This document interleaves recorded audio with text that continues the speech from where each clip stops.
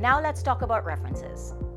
For your information, GradApp, or the online graduate portal that you will be applying through, calls it recommenders. It's the same as references, referees, same concept.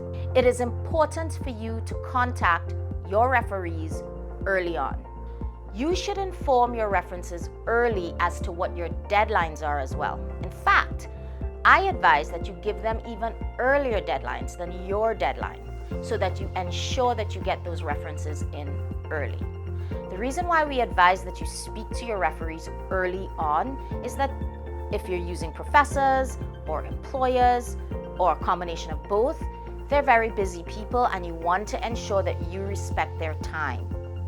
Another point is, as soon as you put their information into GradApp, their emails, their titles, and their names, they will receive an email from GradApp with a link for them to upload your recommendation into the portal themselves.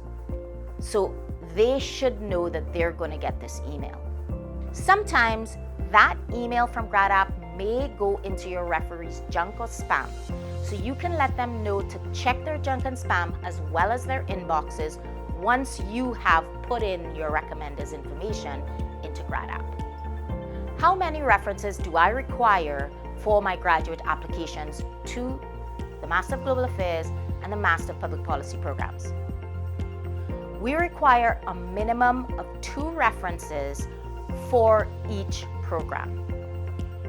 If you wish to add a 3rd reference to your application, that is perfectly acceptable. If you wish to apply to both the MPP and MGA programs, keep in mind they're 2 separate applications. So if you're using the same references, they will have to upload letters for the MGA program as well as the MPP programs. And they should tweak the letters for each respective program. Another question we get a lot regarding references is if they both have to be academic references. If you're applying in the 4th year of your undergraduate studies or even as a graduate student, we do prefer that you submit a minimum of 2 academic references.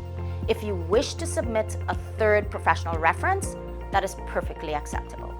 If you're mid-career, like 1 or 2 years out of undergrad, you can submit 1 academic reference and 1 professional or employer reference. If you've been out of school a really long time and you don't have access to those academic references, we will accept 2 employer or 2 professional references. However, if you are able to submit that 3rd academic reference, that would also be very helpful as well.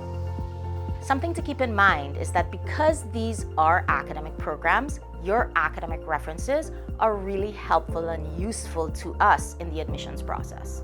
When you get to the section of filling out your recommenders information in GradApp, you will notice that there are many instructions regarding the emails you use for your referees. One such rule is that they need to be institutional emails, whether they be academic references, professional references, or employer references. Sometimes prospective students ask me to use referees who do not have institutional emails.